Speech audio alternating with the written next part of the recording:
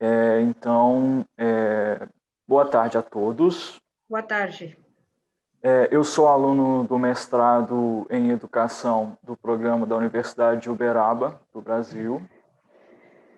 E o meu trabalho, ele é fruto de um artigo que nós fizemos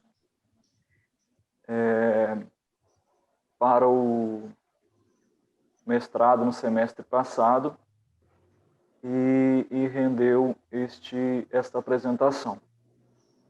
Então, o presente trabalho ele tem como tema a personalidade, complexidade de seu desenvolvimento na perspectiva histórico-cultural, tendo em vista que a personalidade é um termo que representa caracterização singular de características e comportamento de um indivíduo. A metodologia escolhida para este trabalho foi o levantamento bibliográfico, atrelados ao método qualitativo e descritivo, tendo como técnica de coleta de dados a análise bibliográfica e tendo como tratamento de dados a análise do conteúdo. Então, nesse sentido, para a gente fazer este artigo, o objetivo foi investigar por meio de autores como Gonzalez, como Leontief, Petrosvik, Vygotsky e Bolsovic, a respeito da personalidade e sua complexidade na perspectiva histórico-cultural, tendo em vista que nos ajuda a refletir sobre o tema, sobre as perspectivas de compreender a importância do processo de desenvolvimento da personalidade através da teoria histórico-cultural.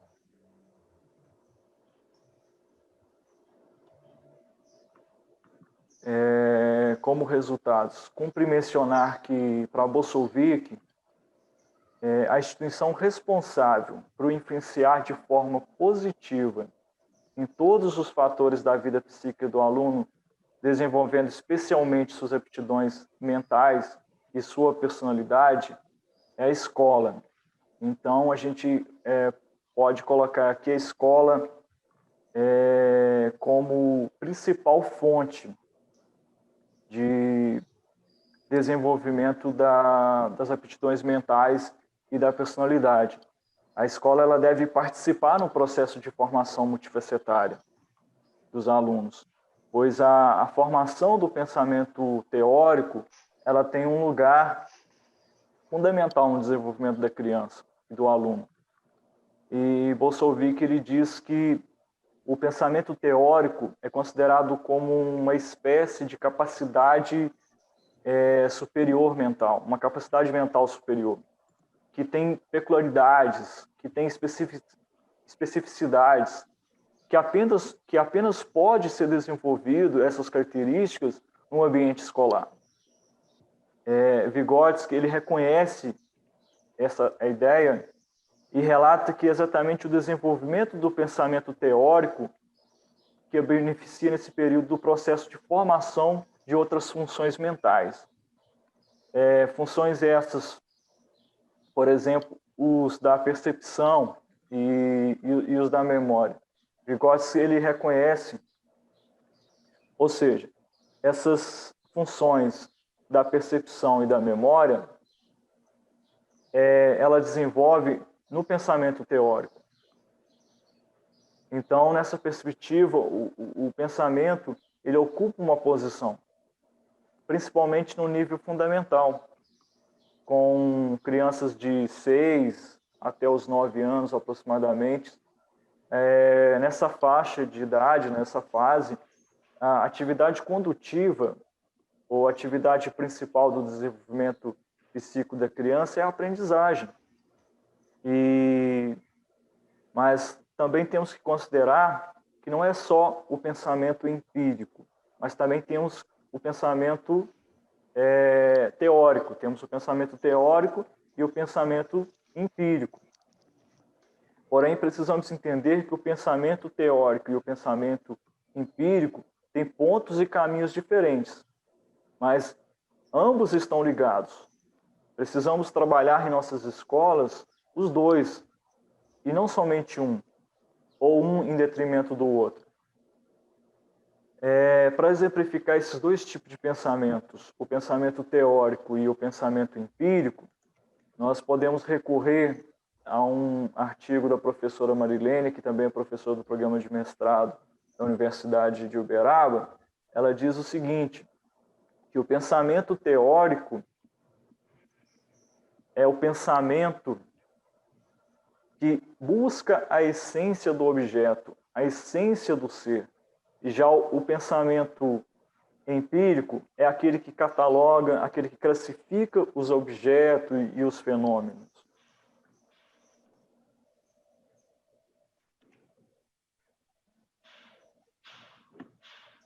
Então, o desenvolvimento da personalidade infantil,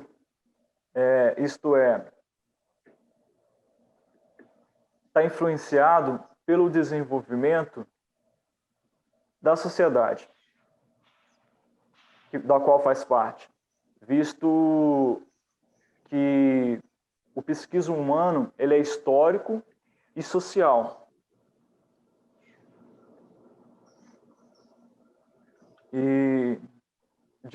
Ou seja, o aumento capital cultural concretizado na escola, o conhecimento que as crianças têm na escola, ele possibilita a modificação qualitativa de sua consciência e da consciência do aluno. Então, de acordo com Leontief, na infância, se define as primeiras etapas de como se dará a personalidade, a formação da personalidade.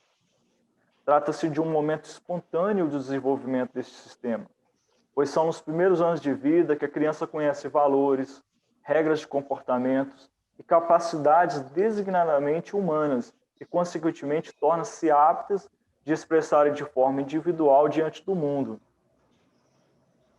Isso compreende que o aluno ele forma uma consciência cada vez mais complexa sobre as coisas, sobre os seus conhecimentos, sobre as relações humanas, especialmente sobre si mesma.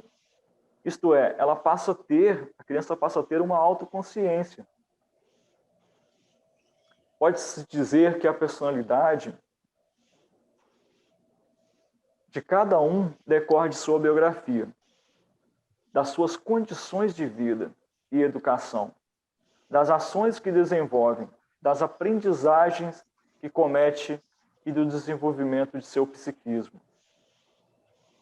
Então, a criança, ao nascer, nós sabemos, de conhecimento de todos, que a criança, quando nasce, ela é prontamente introduzida nas relações sociais. Todas as suas necessidades, elas tentam ser acatadas pelo adulto, que torna aí o núcleo das atenções do bebê.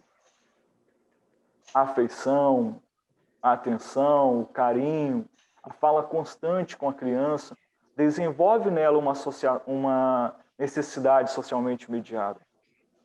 Isto é, a necessidade de ver mais, de ouvir mais, de tocar mais e ser mais tocado.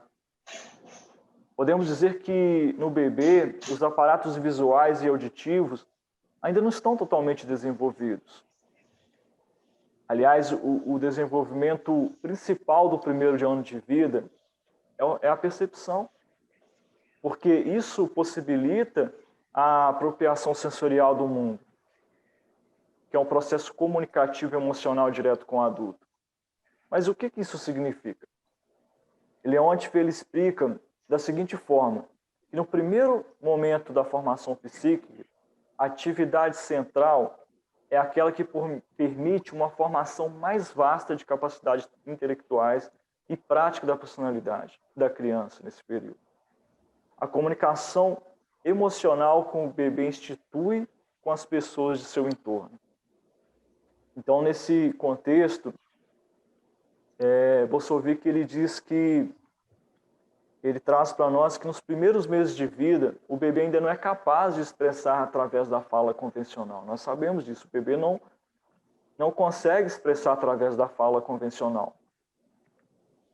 O bebê ele não diz que sente dor, que está com fome. mas ele também não deixa de comunicar com as pessoas que estão à sua volta. Para se comunicar, ele utiliza outras linguagens, vamos dizer assim, como, por exemplo, o choro, o sorriso, os movimentos de mexer os braços e o corpo na direção do adulto e dos próprios objetos que almejam. Então, ele se comunica através de outras formas que não a fala. O desenvolvimento da personalidade infantil, isto é, o conhecimento de sua interpretação dos fenômenos da realidade, acontece em conexão com a sua atividade. Aí entra um ponto importante, a atividade. Ou seja, tudo depende dela. A criança ela precisa da atividade para desenvolver a personalidade. Quando a criança está envolvida em algum afazer significativo, quando ela, por exemplo, sabe o porquê e para que ela está fazendo aquilo, ela mobiliza-se emocionalmente para alcançar seus objetivos. Ela está em atividade neste momento. E por isso ela desenvolve de forma plena as suas capacidades. Ela toma progressivamente a consciência daquilo que ela está fazendo, dos motivos de sua conduta. E aqui o professor ele tem um papel fundamental no sentido de oportunizar que a criança ela execute tarefas, que ela execute atividades que não sejam mecânicas, que não sejam atividades de mera reprodução, mas que sejam atividades que desenvolva a sua capacidade intelectual, que desenvolva a capacidade intelectual do aluno. A ver, me caigo aquí que se me quedó así. ¿Cómo me está en la presentación ahí? Em cada fase de seu desenvolvimento, a criança é marcada pelos círculos de atividades, o qual, em seu turno, depende da relação central da atividade principal, que é exatamente porque essa atividade também configura essa fase como um todo. Então, no presente trabalho, já concluindo, verificou-se que o desenvolvimento da personalidade não é natural, mas sim histórico e social. Em outras palavras, quer dizer que depende da integração do indivíduo, desde os primeiros momentos de vida na sociedade, que é carregado de cobranças e expectativas e costumes. Então, diferente de outras abordagens, a teoria histórico-cultural ela tem como um de seus pressupostos que o desenvolvimento da personalidade ela não é natural, mas é histórico e social, ou seja, depende da integração do indivíduo desde os primeiros momentos. Os primeiros níveis de formação da personalidade do indivíduo se dá na infância. Isso é um fato. Então, compreender a personalidade do indivíduo é algo bem complexo, pois a atividade de cada um depende do lugar que tem na sociedade, das condições de vida e educação em que se desenvolve e da singularidade das circunstâncias sociais. E para finalizar, foi oportuno averiguar a respeito do desenvolvimento da personalidade dos indivíduos sobre a perspectiva histórico-cultural. Essa tarefa nos permitiu compreender que cada período de desenvolvimento há diferente processo que explica a formação da personalidade e que isso depende das características de cada período ou idade psicológica e das condições de vida de cada sujeito. Isso a nossa colega Greisa falou muito bem, depende das condições de vida que a criança é dado para essa criança, a escola que ela frequenta, o bairro que ela mora, como é a família dela, ou seja, depende dos fatores que exerce sobre essa criança. Vygotsky, ele diz que cada pessoa pertence a um determinado estágio de desenvolvimento psicológico da personalidade. Isto é, objeta a coincidência entre sua posição social e a sua posição interna. Então, podemos dizer que o desenvolvimento da personalidade do indivíduo ele está envolvido pelo desenvolvimento já obtido pela sociedade, do qual faz parte. Visto que o psiquismo humano ele é histórico e social. Além do mais, é o processo do sujeito em se adequar da cultura de maneira ativa. E eu quero agradecer ao Congresso, a todos os participantes e ao professor Orlando, em especial também, e a professora Adriana, que foram nossos professores no semestre passado. Muito obrigado a todos.